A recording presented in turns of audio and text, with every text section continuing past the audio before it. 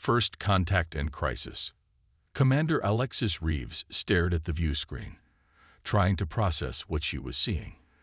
After 6 years monitoring the outer reaches of the Epsilon Eridani system, where nothing more exciting than the occasional rogue asteroid had ever appeared, the impossible had happened. "Run the sensor sweep again," she ordered, her voice steady despite the adrenaline coursing through her veins. Lieutenant Maya Chen's fingers danced across the control panel. "Same result, Commander." The vessel simply appeared. No approach vector, no warp signature, no distortion field. One moment empty space, the next this. The object on the screen defied conventional spacecraft design. Nearly a kilometer long, its hull was a deep iridescent black that seemed to absorb light rather than reflect it. Angular protrusions jutted from its surface at seemingly random intervals, and what might have been weapons ports lined its lateral edges. "Any response to our hails?" Reeves asked. "Nothing on standard frequencies," Chen replied. "Wait, I'm getting something unusual on a quantum band." A holographic projection flickered to life in the center of Outpost Sentinel's command center. It formed into a symbol, geometric shapes intertwined in a pattern that seemed oddly familiar, though Reeves couldn't place it. "Is that supposed to be communication?" asked Dr. Elias Kwan, the station's xenobiologist, who had rushed to the command center when the alert sounded. Before anyone could respond, the station's emergency klaxon blared. Chen's eyes widened as she checked her console. "Commander, multiple objects just appeared at the edge of our sensor range. Their configurations match nothing in our database, but energy signatures suggest weapons powering up." The holographic symbol dissolved, reforming into recognizable text. "Danger. Harbinger Fleet approaching. Your defense is insufficient. Require humanity RFAC to exceed the fuel capabilities." "It's warning us," Reeves breathed, "about those new contacts." The main view screen shifted to show a group of 12 vessels, smaller than the mysterious ship, but unmistakably of similar design philosophy. They moved with precision, spreading out in a formation that any military strategist would recognize as offensive. "Unknown vessels changing course," reported Officer Pavel Volkov from Tactical. "They're bypassing us, heading directly for the inner system. Trajectory puts them on course for the colonies on Epsilon Prime." Reeves opened a channel to Earth Command. Admiral Helena Ortiz's face appeared, concern evident in her expression. "Commander Reeves, our long-range sensors just picked up the situation. Analysis. Unknown. Admiral. The large vessel appeared first, then seems to have warned us about these approaching ships it calls the Harbinger Fleet. It's requesting human interface, whatever that means." Ortiz frowned. "A convenient story. Could be a trap." "Perhaps," Reeves acknowledged. "But if those smaller vessels are hostile." Her words were cut short as the view screen flickered, showing a live feed from one of the outer mining colonies. A beam of coruscating energy lanced down from one of the unknown ships, and the entire outpost, home to over 300 people, simply ceased to exist. "No warning," Chen whispered. "No demands." Ortiz's face had gone pale. "We're mobilizing the fleet, but nearest response time is 6 hours. Those things will reach Epsilon Prime in 2. Reeves stared at the holographic message still hovering in the center of the room. "Require humanity RFAC to exceed the fuel capabilities." "Admiral, requesting permission to board the unknown vessel with a small team," Reeves said, decision already made. "If there's even a small chance it's offering help." "Absolutely not," Ortiz began, then paused as reports of additional attacks flooded in. After a moment of tense silence, she nodded grimly. "Permission granted, Commander, but proceed with extreme caution. If this is a trap, you're to destroy that ship from within, whatever the cost." "Understood, Admiral." Within 30 minutes, Reeves had assembled a small team. Lieutenant Chen for communications, Dr. Kwan for xenobiology, Sergeant Maria Diaz for security, and Engineer Tariq Hassan for technical analysis. Their shuttle approached the massive vessel, which had now identified itself as the Sentinel. "I still think this is a mistake," Diaz muttered, checking her pulse rifle for the third time. "We're walking right into what could be an elaborate trap." "Maybe," Reeves agreed, "but 300 people are already dead. If this thing can help, we need to know." The shuttle docked with surprising ease, as if the ship had anticipated their arrival and adjusted its systems accordingly. When the airlock cycled open, they found not aliens or robots, but empty corridors that lit up as they moved forward. "The air is breathable," Kwan confirmed, studying his scanner. "Perfect Earth standard composition, actually. Temperature optimal for humans." "This ship was made for humans," Hassan observed, examining the dimensions of the doorways and the height of the ceilings. "Or at least, beings very similar to us."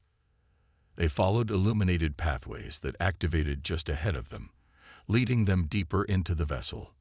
After several minutes, they arrived at what could only be a command center.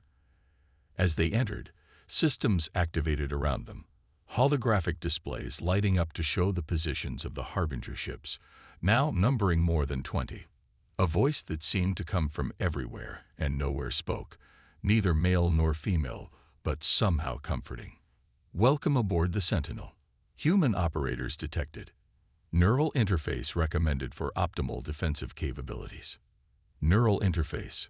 Hassan stepped toward one of the stations, examining what appeared to be a neural link headset. "It wants to connect to our brains." "Who built you?" Reeves demanded. "Where did you come from?" "This vessel was constructed by humans," the voice replied, sending a shockwave through the team. "Origin details classified until command authorization completed. Priority alert. Harbinger scouts have altered trajectory. They now target all populated areas in this system. Estimated time to complete planetary engagement, 90 minutes. Reeves's comm unit buzzed with Admiral Ortiz's signal. "Reeves, those vessels just obliterated our defense platform in the outer belt. No warning, no attempt at communication. 4,000 military personnel gone in seconds. Our fleet is mobilizing." But her voice trailed off.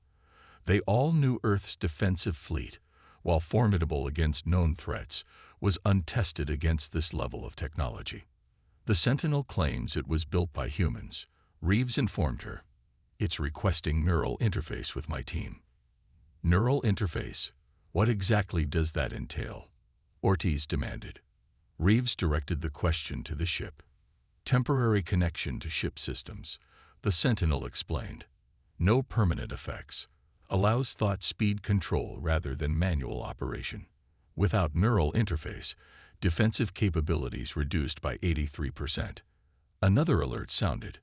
The holographic display showed 3 Harbinger vessels breaking formation, accelerating toward Epsilon Prime's largest colony, home to 7 million civilians.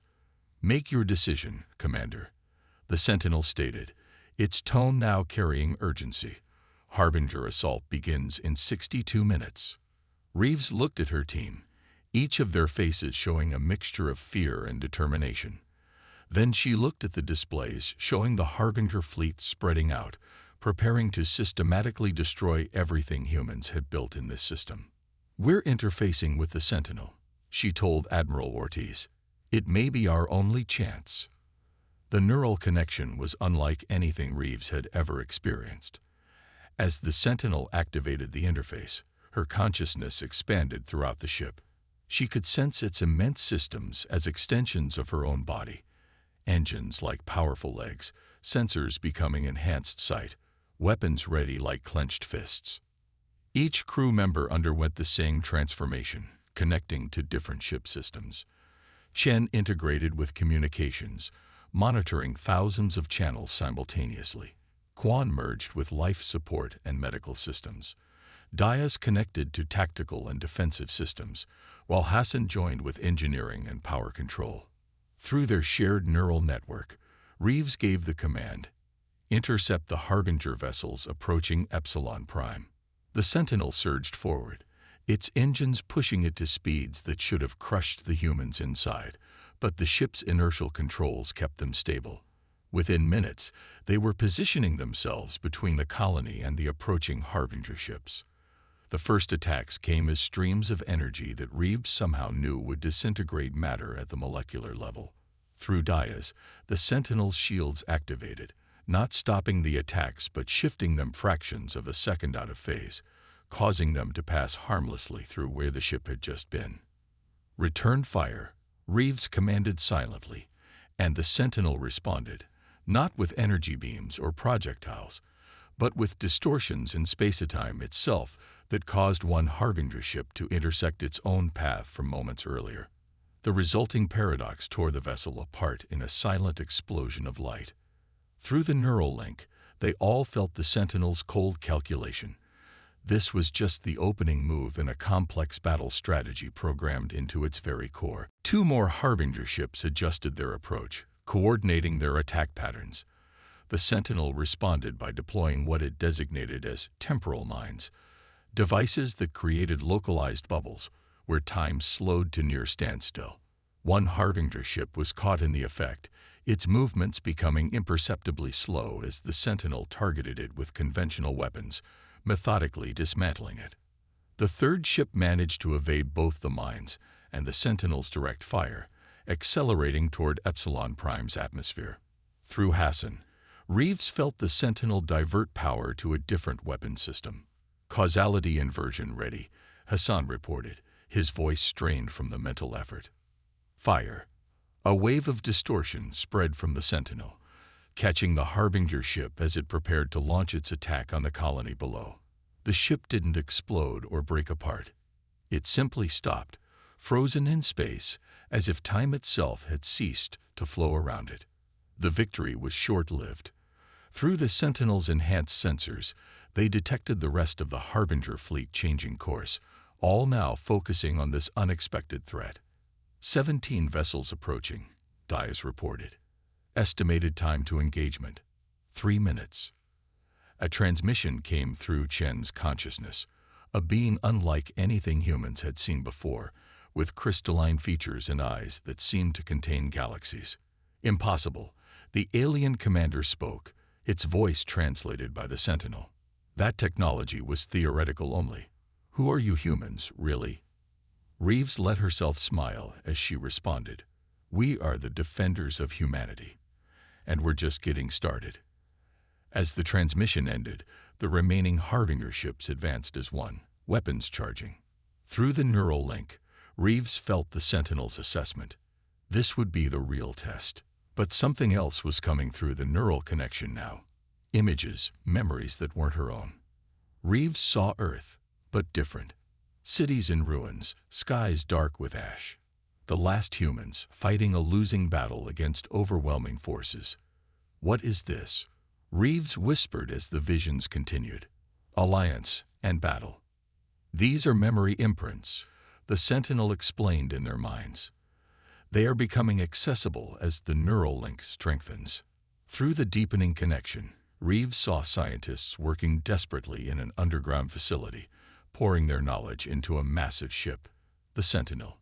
She witnessed the final preparations, led by an older woman whose face struck Reeves with a shock of recognition. The name badge on her uniform read Admiral A. Reeves. "That's impossible," she gasped. "Not impossible," the Sentinel replied. "Merely improbable. She is from a timeline that now will never exist. Your descendant from a future where humanity lost this war." The revelation hit Reeves like a physical blow. The Sentinel wasn't just an advanced ship. It was a final, desperate gamble from a timeline where this battle had already been fought and lost. The ship was sent back, Chen said, understanding dawning. "To change history." "Correct," the Sentinel confirmed. "The last humans created this vessel as a temporal anomaly, a ship that exists outside normal time. They sent it to this crucial moment when humanity first encountered the Harbingers. In my original timeline, this solar system fell today." Reeves felt the weight of this knowledge. Those future humans had sacrificed their entire reality for this chance. Incoming, Dias shouted, her mind directing the shields to block a concentrated attack from the Harbinger vessels. The Sentinel shuddered under the impact. Power reserves at 72%, Hassan reported. We need a new strategy. Reeves pulled her focus back to the battle. Questions about time paradoxes would have to wait. Sentinel, what options do we have against this fleet? Through the neural link, the ship showed them what was coming. Dozens more Harbinger ships, each as powerful as these scouts. There is one option, the Sentinel said, but it requires deeper integration. The meaning was clear through their shared consciousness. The neural link they currently maintained was superficial, enough to operate the ship, but not to access its full capabilities. What are the risks? Quan asked, his scientific mind already calculating possibilities. Unknown, the Sentinel replied. No human has attempted full neural integration before. Theoretical models suggest a 37% chance of permanent psychological alteration. Another barrage from the Harbinger ships rocked the Sentinel. 3 more enemy vessels appeared at the edge of the system. Power reserves at 61%. Hassan updated. Shields holding. But we're taking damage faster than self-repair systems can compensate. Reeves made her decision. I'll do the full integration. Commander, no, Chen protested. Let me. This is my responsibility. Reeves cut her off. The rest of you maintain standard neural link and keep us in the fight. Before anyone could argue further, Reeves mentally signaled her acceptance to the Sentinel. The world around her dissolved as her consciousness expanded exponentially. She was no longer merely connected to the ship. She was the ship. Every system, every weapon, every byte of data became accessible. The Sentinel's vast knowledge flooded her mind. Centuries of technological development and the desperate hope of a doomed timeline. With this new awareness came understanding. The Harbingers weren't simply aliens. They were harvesters, moving from system to system, stripping planets of resources and eradicating indigenous life as an inconvenience. Earth and its colonies were just the latest targets in an ancient pattern. But the Sentinel had been designed specifically to counter them, incorporating technology the Harbingers themselves had abandoned as too dangerous, the manipulation of time and causality itself. Through Reeves's now enhanced perception, she saw possibilities branching outward like a cosmic web. She could perceive the temporal wake of each Harbinger ship, the potential futures of each tactical decision. New contacts, Chen reported, her voice seeming distant despite the neural link. 30 more Harbinger vessels just appeared at the system's edge. Earth fleet approaching, Dias added. ETA 20 minutes, but they'll be outmatched.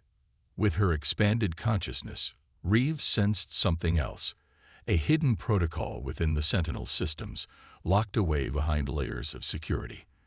As she examined it, understanding came to her. The Harbingers have a hive consciousness, she announced to her crew. Their ships are extensions of a single entity. The Sentinel was designed to exploit that connection. Hassan's consciousness registered confusion. How? By creating a temporal feedback loop, Reeves explained, the knowledge flowing through her. We can use their own network against them. She began channeling power to systems that had lain dormant within the Sentinel, experimental technologies that even the ship's builders had feared to use except as a last resort. Commander, Quan warned, sensing the energy building within the ship. These power levels are unprecedented. The structural integrity will hold, Reeves assured him, making adjustments with the precision only full integration could provide. I need you all to focus on defense. Keep the Harbingers occupied while I prepare the primary system. The battle intensified as more Harbinger ships joined the assault. The Earth fleet arrived, their conventional weapons barely scratching the alien vessels, but they provided critical distraction as the Sentinel continued its work. Admiral Ortiz's face appeared on a communication channel. Commander Reeves, what the hell is happening? Our weapons are barely effective against these things. Keep your fleet at safe distance. Admiral, Reeves replied, her voice strangely calm despite the chaos around them. "We're preparing a countermeasure. We've lost 6 ships already," Ortiz protested. "We can't hold them much longer." "You don't need to," Reeves assured her. "Just 70 more seconds." Through the neural link, the crew felt the Sentinel systems align as Reeves guided the process. Energy cascaded through pathways that defied conventional physics. "Temporal resonance initiating," Reeves announced. "On my mark, disengage all neural links except mine." "Commander," Chen began to protest. "That's an order, Lieutenant. The feedback could be dangerous to connected minds." The Harbinger fleet, seeming to sense what was coming, intensified their attack. The Sentinel shields began to buckle under the assault. "Shields at 12%, Dias reported. Critical failure imminent." "Now," Reeves commanded. Her crew reluctantly disengaged their neural links, leaving only Reeves connected to the Sentinel. Through this solitary connection, she activated the ship's ultimate weapon, a cascading temporal field that locked onto the Harbinger's hive consciousness. The effect was immediate and devastating. Every Harbinger ship in the system froze in place as the temporal field disrupted their connection to each other and to their own timelines. The resonance built, feeding back through their network, spreading to ships that hadn't even entered the system yet. From the command center, now operating on conventional systems, Reeves's crew watched in awe as the Harbinger fleet began to disintegrate, not exploding, but simply unraveling as causality itself rejected their existence. "What's happening to them?" Hassan breathed. "Temporal erasure," the Sentinel's voice explained. "Their unified consciousness created a vulnerability. The feedback is propagating through their entire fleet, retroactively disrupting their temporal cohesion." On the main view screen, they watched as the last Harbinger ship dissolved into nothingness. The entire fleet, over 50 vessels, gone in the span of minutes. But something was wrong. Through the viewport, they could see the Sentinel itself beginning to show the same signs of temporal distortion that had consumed the Harbinger fleet. "Commander Reeves," Chen called out. "You need to disengage now." Reeves didn't respond, her body rigid in the neural interface chair, eyes open but unseeing. Inside the neural realm, Reeves faced the Sentinel's consciousness directly. "The temporal feedback is affecting you too," she realized. "You're being erased along with them." "As expected," the Sentinel confirmed. "This vessel exists outside proper time. The weapon was always meant to be a last resort, with the understanding that using it would likely result in our erasure as well. There must be a way to stabilize you," Reeves insisted, frantically searching through the ship's systems for a solution. "There is one possibility," the Sentinel acknowledged, "but it requires sacrifice." Understanding flowed between them without words. The ship needed an anchor in the current timeline, something to hold it in existence despite the temporal feedback. "Me," Reeves stated. "You need me. Your consciousness, integrated with my systems, could provide sufficient temporal stability. But the process would be irreversible. You would become permanently bonded to this vessel." Outside the neural realm, Chen had managed to access the system diagnostics. "The ship is destabilizing," she reported to Admiral Ortiz, who was monitoring from her flagship, "and Commander Reeves won't respond. We need to evacuate." "Get your team out of there, Lieutenant," Ortiz ordered. "That's a direct command." Chen looked at Reeves, still connected to the ship, then at her fellow crew members. "You heard the Admiral," she said reluctantly. "To the shuttle." Inside the neural interface, Reeves had made her decision. "Do it," she told the Sentinel. "Make me your anchor." "Alexis Reeves, are you certain? Once done, this cannot be undone. You will exist as neither fully human nor fully machine, but something in between." Reeves thought of the visions she had seen, the future that would happen if the Harbingers weren't stopped here now, a future where Earth burned and humanity faced extinction. "I'm certain," she confirmed. "This is what the ship was built for, what I was meant to do." The process began immediately, Reeves's consciousness spreading throughout the ship's systems, becoming integral to its operation. She could feel the temporal instability resolving as her human mind provided a fixed point in time for the Sentinel to hold on to. On the shuttle, racing away from the Sentinel, Chen and the others watched as the great ship seemed to waver like a mirage, its outline becoming indistinct before solidifying again. "What's happening?" Quan asked, his scientific curiosity overcoming even his concern for their commander. Before anyone could theorize, their communication system activated. Reeves's voice came through, but changed, layered with harmonics that hadn't been there before. "This is Commander Reeves of the Sentinel. The Harbinger threat has been neutralized." "Alexis," Chen responded. "Are you all right?" The ship was destabilizing. "I am. Different," Reeves replied after a pause. "But intact, as is the Sentinel." Admiral Ortiz broke into the channel. "Commander, we're reading unusual energy signatures from your vessel. What's your status?" "The Sentinel and I have integrated." "Admiral, it was necessary to stabilize the ship after deploying the temporal weapon. We are secure and operational." "Integrated," Ortiz repeated.